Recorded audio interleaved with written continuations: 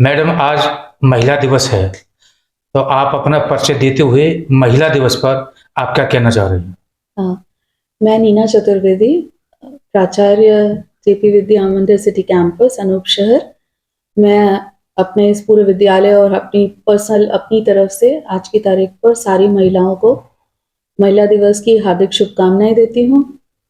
साथ ही ये विचार है कि आज की तारीख पे पुराने ज़माने में तो महिलाएं थी ही, पर आज की तारीख में महिलाओं की भूमिका और बहुगुणी हो बहुत चहुमुखी हो गई है। घर पे तो उन्हें ध्यान देना ही है।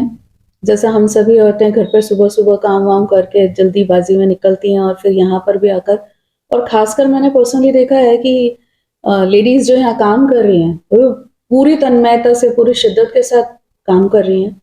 लड़कियों ने भी अपना परचम लहराया है रिज़ल्ट्स पे, जी। टीचर्स ने भी किया है। साथ ही साथ जहाँ पर भी जिस क्षेत्र में देखा जाए, हाँ, बराबर नहीं भी अगर हुए हैं, तो उस थोड़ा-सा तो ऊपर आए ही हैं।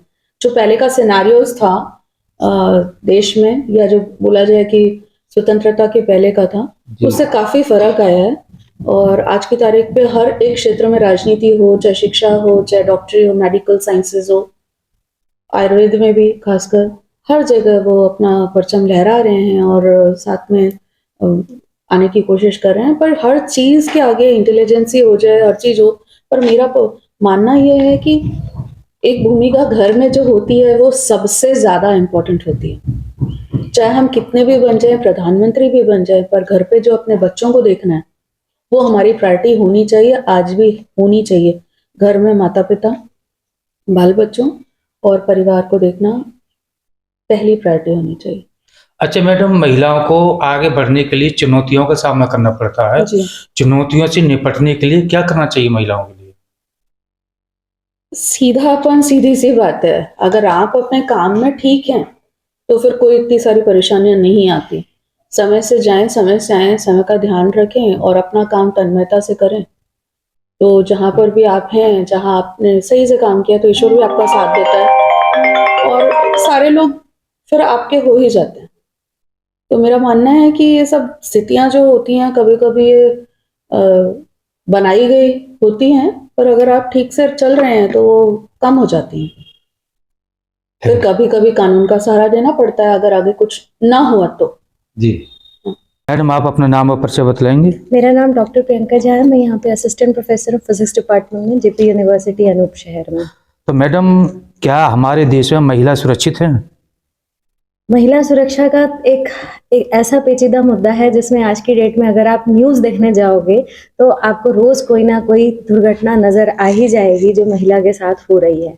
जी, यही बेसिक एक कारण है जिसकी वजह से लोग पेरेंट्स जो हैं वो लड़कियों को घर से बाहर निकलने से आज भी रोकते हैं। तो अब इस चीज इससे आयरनिकल सिचुएशन क्या हो सकती है कि जहाँ पे मेल्स और फीमेल्स दोनों इक्वल रेशो में हैं और फिर भी ये है कि फीमेल उन्हीं मेल्स के बीच में फीमेल खुद को सेफ महसूस नहीं करती है।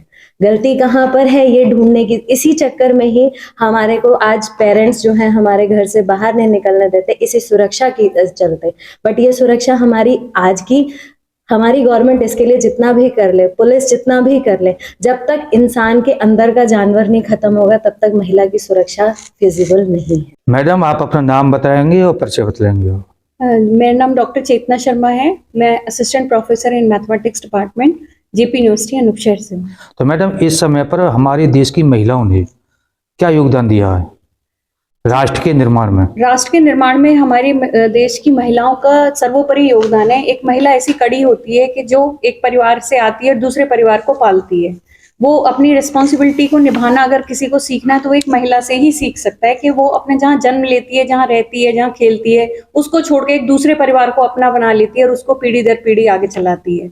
कुछ हमारे पुराने जो हमारे किंवदंतियां ऐसी रही हैं कि जिन्होंने महिलाओं को हमें एक ऐसा माहौल दिया कि मतलब महिलाएं आगे नहीं आ सकती। तो मैं उसके बारे में एक कविता का पाठ करना चाहती हूँ।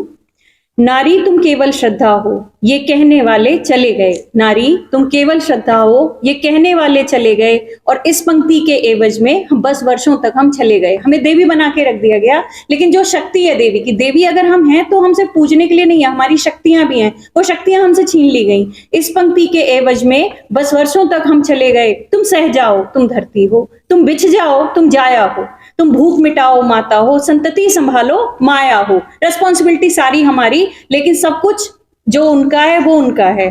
बेरंग रूप आकार हो तुम, आकार नहीं आभास हो तुम, मैं धुरी हूं मुझसे निकली तुम, केवल मेरी छाया हो। तो सबसे पहले किसी का भी सबसे पहले जो हमारा एक जो हमारा इंटर डिसिप्लिन होता है, एक इंटर कॉन्फिडेंस होता है, वो सामने वाले को झुकाने के लिए काफी होता है। तो सबसे पहले जो नारी शक्ति है वो अपनी शक्ति को ही पहचान ले, वो सबसे ज्यादा काफी है। वो अपने आप को जगा ले, इसमें एक माँ एक बेटी, और यही अगर ये आगे कड़ी की तरह काम करते चले जाए तो शायद फिर सब चीजें आगे आती चली जाएंगी। मैडम, आप अपना परिचय बतलाएंगे? सर, मेरा नाम वंदना गुप्ता है और मैं असिस्टेंट प्रोफेसर हूँ CSE department, JP university Anupshahr. तो मैडम, महिलाओं के विकास के लिए, समाज के लिए क्या करना चाहिए? सर, सबसे पहले जरूरी है अवेयरनेस। अवेयरनेस से क्या होगा सर, हम अभी गवर्नमेंट ने इतनी सारी कुछ ना कुछ अवेयरनेस प्रोग्राम चलाती ही रहती है गवर्नमेंट, जिससे कि पेरेंट्स को भी उसमें बुलाया जाता है और चिल्ड्रंस को भी, स्पेशली गर्ल्स को। तो गर्ल्स को सबसे पहले तो हमें ये देखना चाहिए कि पेरेंट्स की भी हमें काउंसलिंग करनी होती है कि लड़कियों जैसे लड़कों को पढ़ाया जाता है वैसे लड़कियों को भी पढ़ाएं, क्योंकि इसकी बेसिक जो इकाई है वो पढ़ना ही है। आप पढ़ के ही ऊपर जा सकते हो, पढ़ाई के थ्रू ही आप ऊपर जा सकते हो, पढ़ाई के थ्रू ही आप उस फील्ड में भी जा सकते हो जिस फील्ड में अभी तक जो गर्ल्स हैं या फिर जो नारी है उसको अभी तक प्रायोरिटी नहीं दी जाती थी।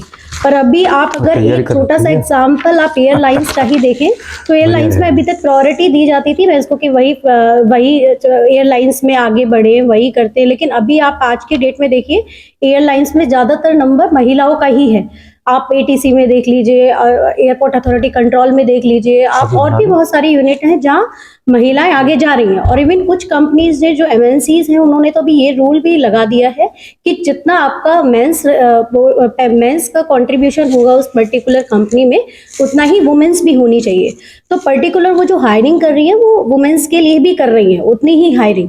तो इक्वलिटी के लिए ये सब हो रहा है, तो गवर्नमेंट इसमें पूरा सहयोग दे रही है। और हम अगर देखें, आप अगर आज के डेट में अगर आप निकल जाइए किसी भी फील्ड में निकल जाइए तो वुमेन्स भी उतना ही कंट्रीब्यूट कर रही हैं जितना कि मेंस करते हैं। तो अभी फिलहाल ये है कि अवेयरनेस प्रोग्राम फैमिली के लिए भी चल रहा है, गर्ल्स के लिए भी चल रहा है। जगह जगह गवर्नमेंट अपने कैंप लगा के जगह जगह अवेयरनेस प्रोग्राम कराती है और दिस काइंड ऑफ थिंग कि सभी लोगों को समझ आए कि भाई नारी को भी उतना ही इक्वलिटी या उतने ही रोजगार मिलना चाहिए जितना कि उनका बनता है, उन्हें मिलना चाहिए। तो बाकी तो सर अभी अगर आप अभी करंट सिनेरियो देखें तो ऑलरेडी आगे हैं ही। तो मेरा मानना ये है कि जो बेसिक उनकी परिवार है उसे ये समझना चाहिए और बेटी को आगे बढ़ाना चाहिए पढ़ाई के लिए, और बेटी बचाओ बेटी पढ़ाओ पर फोकस करना चाहिए। लेटेस्ट अपडेट के लिए हमारे चैनल न्यूज़ इंडिया फर्स्ट को लाइक, शेयर एंड सब्सक्राइब करें एंड यस बेल आइकन को प्रेस करना ना भूलें।